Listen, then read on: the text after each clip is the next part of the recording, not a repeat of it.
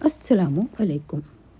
قرآن کریم کے بارے میں ہم یہ تو جانتے ہیں کہ یہ ساری انسانیت کی ہدایت کے لیے بھیجی جانے والی آخری آسمانی کتاب ہے، لیکن کیا آپ جانتے ہیں کہ اس میں چند ایسی بھی آیات موجود ہیں جس کے بارے میں اللہ رب العزت ڈائریکٹ ہم انسانوں سے فرما رہے ہیں کہ ایسی آیات پر غور و فکر کریں، تدبر کریں۔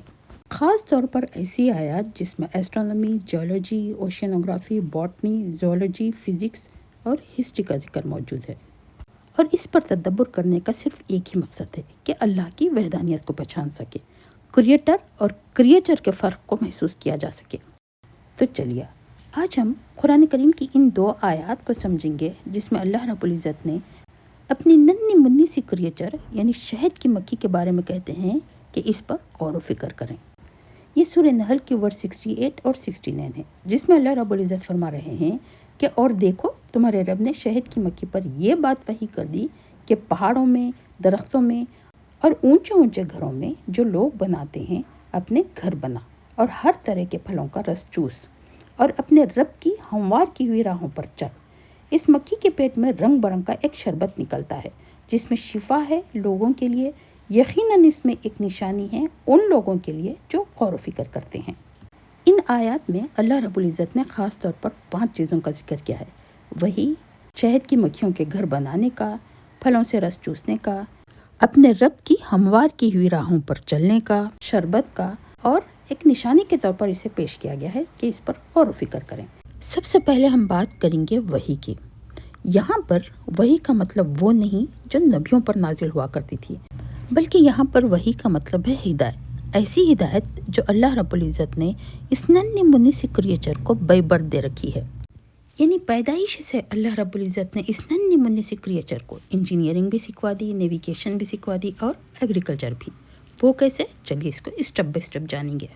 شہد کی مکھیاں 3 قسم کی ہوتی ہے۔ ایک تو ہوتی ہے رانی مکھی، اسے کوئن بھی کہتے ہیں، یہ سارے چھتے میں صرف اکیلی ہوتی ہے۔ دوسرا ہوتا ہے ڈرون، یہ میل بھی ہوا کرتا ہے، اور تیسری ہوتی ہیں ورکرز بھی۔ یعنی یہ مکھیاں تو ایک ہی قسم کی ہوتی ہیں، لیکن اللہ رب العزت نے انہیں الگ الگ کام دے رکھے ہیں۔ جیسے کوئن بی کا کام صرف اور صرف انڈے دینا ہوتا ہے، یہ ایک دن میں تقریباً 1500 سے 2000 تک کے انڈے دیتی ہے۔ جبکہ ڈرون میل بھی ہوتا ہے، اس کا کام صرف اور صرف کوئن بی سے میٹنگ کرنا ہوتا ہے، جیسے یہ میٹنگ کرتا ہے یہ مر جاتا ہے۔ اور تیسری قسم کی مکھیاں ہوتی ہیں کہلاتی ہیں ورکرز بھی۔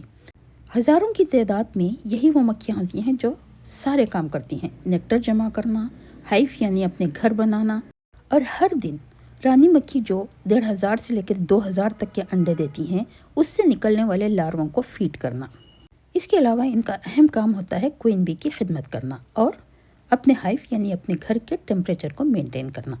آگے بڑھتے ہوئے دیکھیں گے کہ یہ ہزاروں کی تعداد میں ورکرز بھی اپنے گھر کیسے بناتی ہیں۔ گھر بنانے کے لیے اللہ رب العزت نے انہیں ایسی انجینئرنگ سکھا رکھی ہے کہ اسے دیکھ کر آج بڑے سے بڑے سائنسدان حیران ہیں۔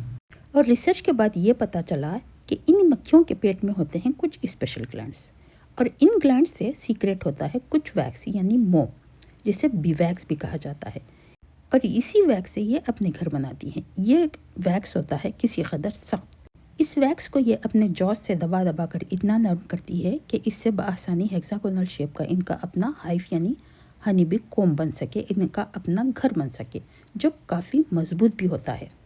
اب یہاں غور کرنے والی بات یہ ہے کہ ان ننھی منی کریچرز کو اتنی پرفیکٹ انداز میں گھر بنانے کی صلاحیت دی تو کس نے دی؟ یقیناً وہی کریٹر جس نے اسے پیدا کیا۔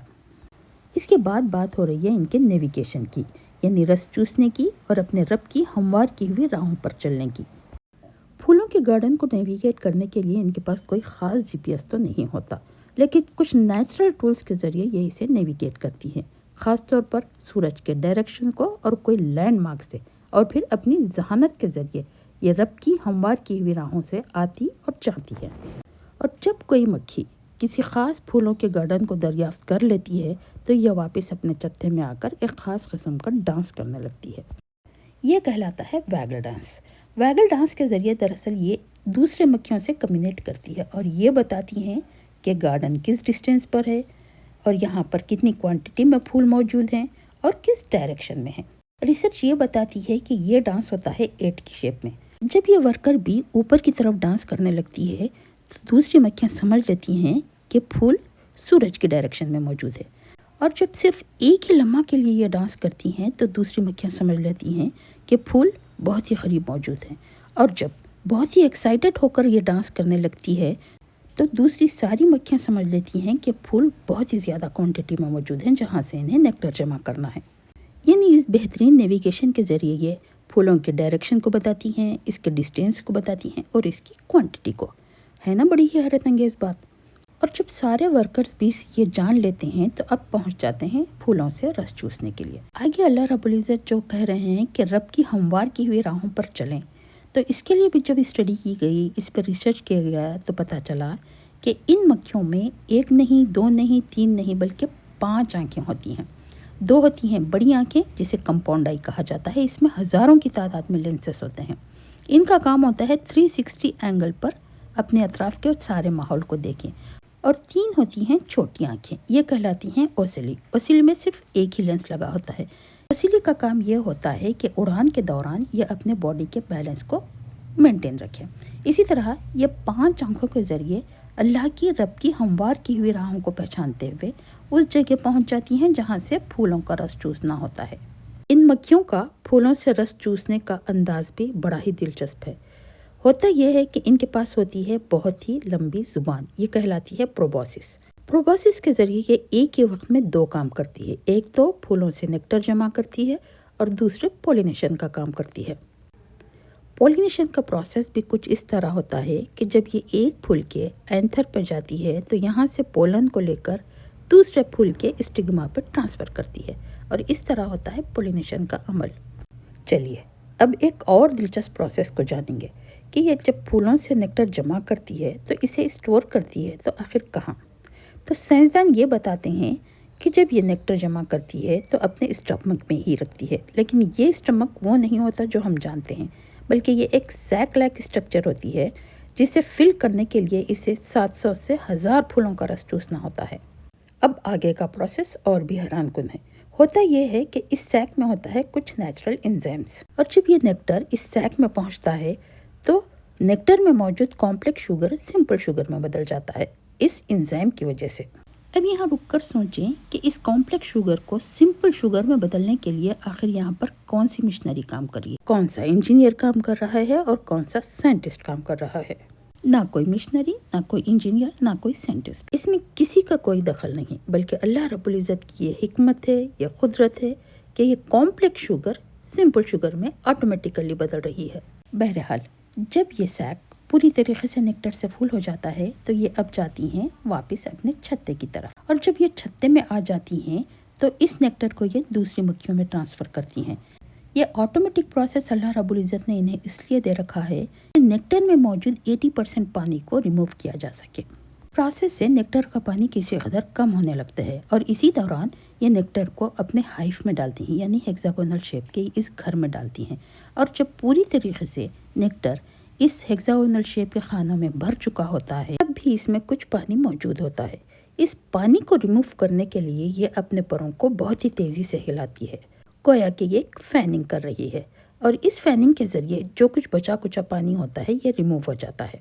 اس طرح یہ ہو جاتا ہے پیور شہد۔ اب آگے باری آتی ہے اس پیور شہد کو سیل کرنے کی، یعنی اسے محفوظ کرنے کی، سیو کرنے کی۔ تو اس کے لیے جو انتظام اللہ رب العزت نے کر رکھا ہے یہ بھی بڑا ہی حیران کن ہے۔ یعنی جس ویکس کے ذریعے یہ اپنا گھر بناتی ہیں اسی ویکس کی ایک پتلی سی پرت کو لے کر یہ سارے ہی ہیگزاگونل شیپ کے اس گھر کو سیل بھی کرتی ہیں، اور تب ہو جاتا ہے یہ شہد بہت ہی سیف۔ اور ریسرچ یہ بھی بتاتی ہے کہ ان ورکرز کی زندگی ہوتی ہے صرف 5 to 6 ویکس کی، یعنی تقریباً 1.5 ماہ کی، اور اس 1.5 ماہ کی زندگی میں یہ صرف 1/12 اسپون شہد جمع کر سکتی ہیں۔ آیت کے آخر میں بتایا جا رہا ہے کہ شہد شفا ہے۔ کس طرح شفا ہے یہ آج سائنس بتاتی ہے کہ سب سے پہلے تو یہ کولیسٹرول کو کم کرتی ہے، زکام اور کھانسی کو کم کرنے کے لیے کافی مفید ہے۔ اس کے علاوہ یہ استعمال ہوتا ہے زخموں کو صاف کرنے کے لیے، زخموں کو بھرنے کے لیے۔ ایک اور فائدہ اس کا یہ ہے کہ اس سے امیونٹی بوسٹ ہوتی ہے، اور ایک خاص بات یہ ہے کہ یہ ایک اینٹی آکسیڈنٹ ہے جس کے مسلسل استعمال سے باڈی سیلز ڈیمیج ہونے سے بچ جاتے ہیں۔ دوسری طرف ان کے پیٹ میں جو بی ویکس ہوتا ہے جس کے ذریعے یہ اپنا گھر بناتی ہیں اور شہد کو محفوظ کرنے کے لیے چھتے کے اوپر جو لیئر بنواتی ہیں، اسی ویکس کے ذریعے کینڈلز بنوائے جاتے ہیں، کچھ لوبریکینٹس بنوائے جاتے ہیں اور اسکن کریمز بھی۔ بہرحال یہ تمام باتیں اللہ رب العزت نے اس وقت بتائیں جب نہ کوئی سائنٹسٹ تھا، نہ کوئی ریسرچر تھا، اور نہ ہی کوئی مائکروسکوپ، نہ ہی کوئی ایڈوانس ٹیکنالوجی۔ یہ ننھی منی کریچر کی لائف ہسٹری ہمیں یاد دلاتی ہے کہ یونیورس میں کوئی چیز بے مقصد نہیں۔ ہر کریچر بتا رہا ہے کہ اس کا کوئی نہ کوئی کریٹر ضرور ہے، اور وہ ہے صرف اور صرف اللہ سبحانہ تعالیٰ۔ ان دو آیات سے جو میسج ہمیں مل رہا ہے وہ یہ ہے کہ جب ایک ننھی منی سی کریچر اپنے رب کے بتائے ہوئے گائیڈنس کو فالو کر رہی ہے تو ہم انسان کیوں نہیں؟ اس بات پر آپ بھی غور کیجیے گا۔ اگلے ویڈیو میں انشاءاللہ ایک اور حیران کن نشانی کے ساتھ ملاقات ہوگی۔ تب تک کے لیے اللہ حافظ۔